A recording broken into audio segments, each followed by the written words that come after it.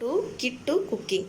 இன்றைக்கி நம்ம எக் பிரியாணி எப்படி சிம்பிளாக செய்ய போகிறோம்னு பார்க்க போகிறோம்.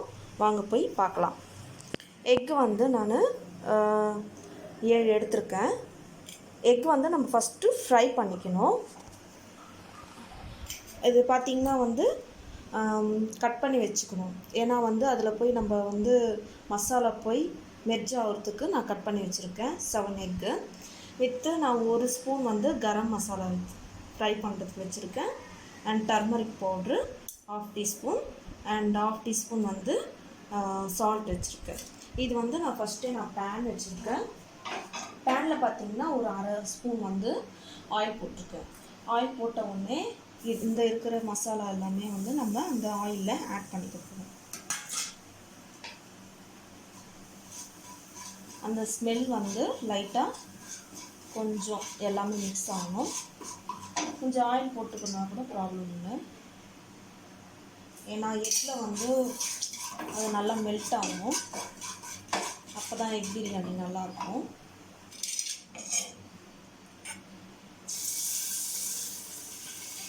ஸோ எப்போவுமே வந்து எக் ஃப்ரை பண்ணும்போது ஸ்லோவில் தான் வைக்கணும். ஏன்னா வந்து எக் வந்து அப்படியே ஜம்ப் ஆகிடும் ஸ்பீடில் வச்சோம்னா. ஸோ எப்போவுமே வந்து ஸ்லோவில் வச்சு தான் பண்ணணும். ஸ்பீடில் வச்சா ரொம்ப தீந்துடும்.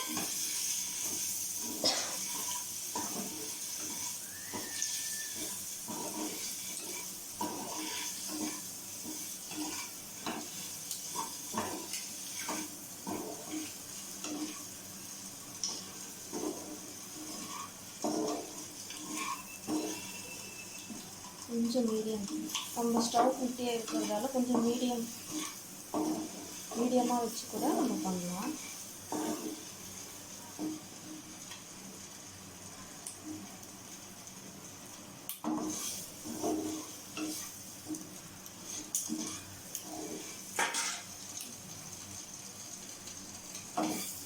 நான் எக்கு வந்து 10 மினிட்ஸ் வந்து லோ ஃப்ளேமில் வச்சு ஃப்ரை பண்ணி வச்சுருக்கேன். ஸோ இது வந்து நம்ம எடுத்து வைக்கலாம். அதுக்கப்புறம் பார்த்திங்கன்னா 3 ஆனியன் எடுத்திருக்கேன்.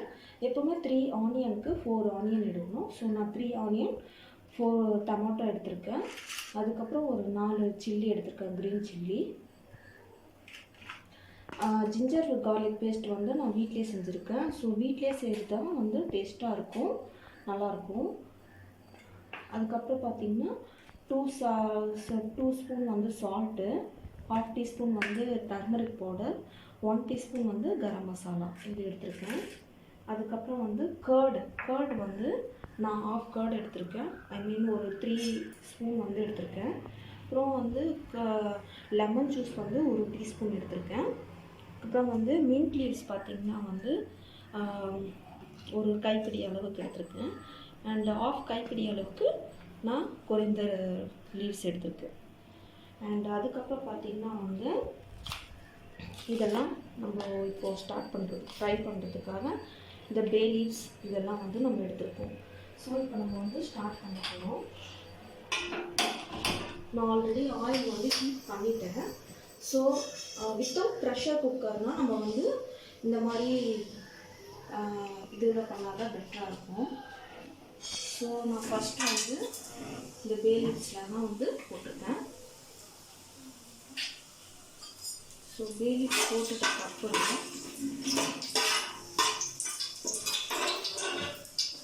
எப்பவுமே வந்து நம்ம ஸ்டார்டிங் பார்த்திங்கன்னா க்ரீன் சில்லி தான் எடுக்கணும். ஸோ அதோட வந்து மசாலா எல்லாமே வந்து சேரும்.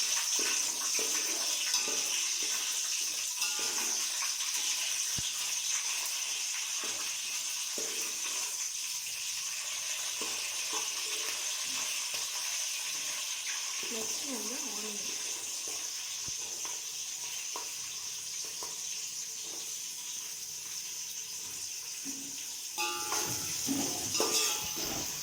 ஆனியன் வந்து ரொம்ப ஃப்ரை பண்ணணும். ஆனியன் வந்து ரொம்ப வந்து டீப் ஃப்ரை பண்ணணும். ரொம்ப டீப் ஃப்ரை பண்ணால் பிரியாணி நல்லாயிருக்கும். அதோட டேஸ்ட்டும் வந்து நல்லாயிருக்கும்.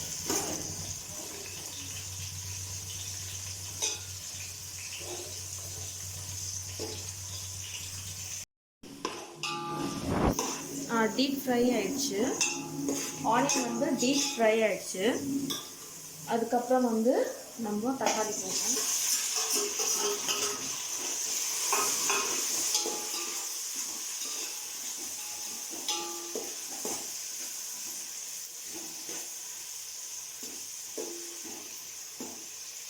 எப்போவுமே தக்காளி போடுறதுக்கப்புறம் நம்ம சால்ட் வந்து ஆட் பண்ணிட்டோம்னா உடனே வந்து தக்காளி வதங்கிடும். தக்காளி அண்ட் டர்மரிக் பவுடர் வந்து நான் போடுறேன்.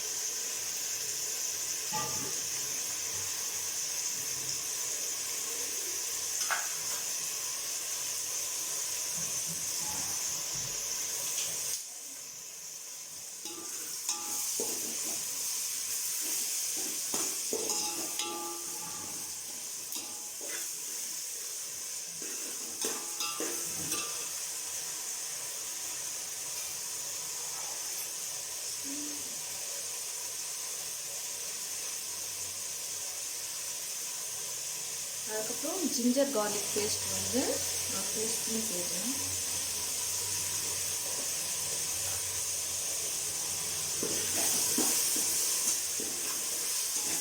தக்காளி ரொம்ப வந்து வதக்கக்கூடாது.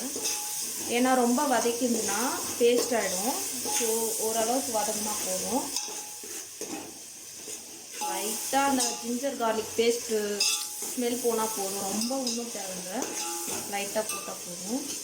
அதுக்கப்புறம் வந்து நான் கொரிண்டர் லீவ்ஸ், மின்ட் லீவ்ஸ் வந்து ஆட் பண்ணிக்கிறேன்.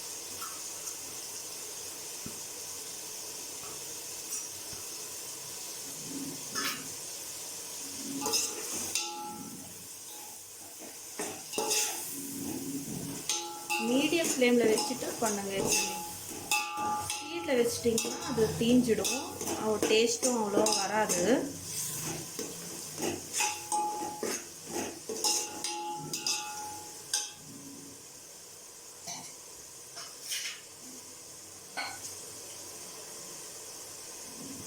ஒரு 10 மினிட்ஸ் வந்து லோ ஃப்ளேமில் வச்சுட்டேன். ஸோ அதுக்கப்புறம் வந்து நான் கரம் மசாலா வந்து ஆட் பண்ணியிருக்கேன். நல்லா போட்டு தயிர் ஊற்றிக்கோங்க.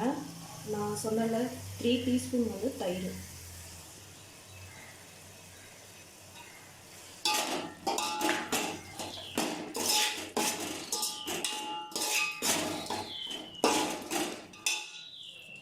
கொஞ்சோண்டு வந்து 1 டீஸ்பூன் வந்து லைம் ஜூஸ்.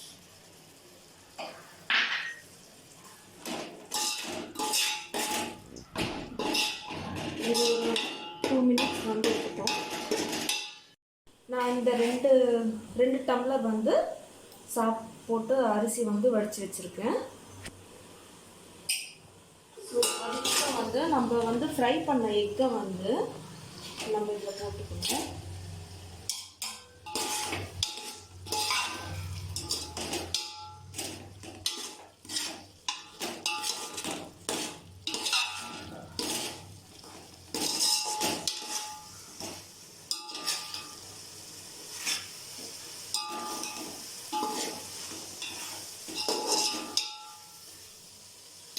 இது வந்து ஒரு 5 மினிட்ஸ் லோ ஃப்ளேமில் வச்சுட்டு நம்ம மூடி வச்சுக்கலாம். ஏன்னா ஒரு 5 மினிட்ஸ் வந்து க்ளோஸ் பண்ணி வச்சுட்டோம்னா அதில் இருக்கிற மசாலா எல்லாமே எக்குக்குள்ளே போகும்.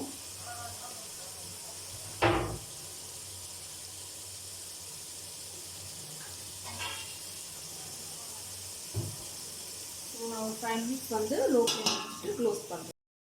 நம்ம வந்து 5 மினிட்ஸ் வச்சு பார்க்கணும். மசாலா எல்லாமே நல்லா அந்த எக்குக்குள்ளே ரிச்சாக இருக்குது. நான் எடுத்த இந்த ரைஸ் பார்த்தீங்கன்னா அப்படி மிக்ஸ் பண்ணணும். கொஞ்சம் கொஞ்சமாக போட்டால் மிக்ஸ் பண்ணுங்க.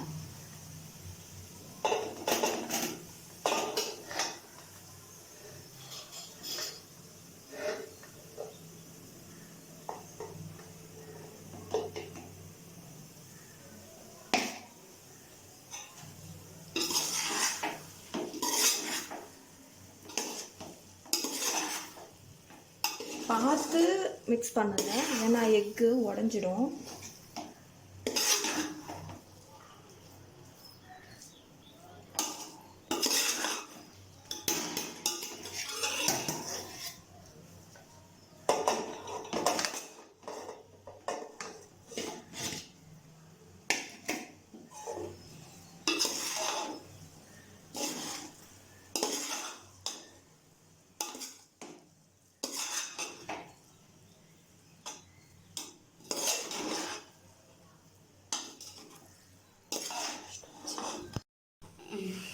நான் ரைஸ் போட்டுக்குன்னு நல்லா கலந்துக்கிட்டேன். சப்போஸ் உங்களுக்கு வந்து காரம் அதிகமாக தேவைப்பட்டால் நீங்கள் சில்லி எக்ஸ்ட்ராவாக ஆட் பண்ணிக்கோங்க. அப்படி இல்லைன்னா வந்து சில்லி பவுடர் ஆட் பண்ணிக்கோங்க. ஒரு 5 minutes வந்து மூடி வச்சுக்கின்னு ஆஃப் பண்ணிட்டா வந்து எக் பிரியாணி ரெடி ஆகிடும். பிரியாணி ரெடி ஆகிடுச்சு. ரொம்ப டேஸ்டியாக இருக்கும். நீங்களும் வீட்டில் வந்து ட்ரை பண்ணுங்கள். பிடிச்சிருந்தா லைக் பண்ணுங்கள், ஷேர் பண்ணுங்கள், சப்ஸ்கிரைப் பண்ணுங்கள். பக்கத்தில் இருக்கிற பெல் பட்டனை வந்து ப்ரெஸ் பண்ணுங்கள். தேங்க்யூ ஃபார் வாட்சிங் கிட்டூஸ் குக்கிங்.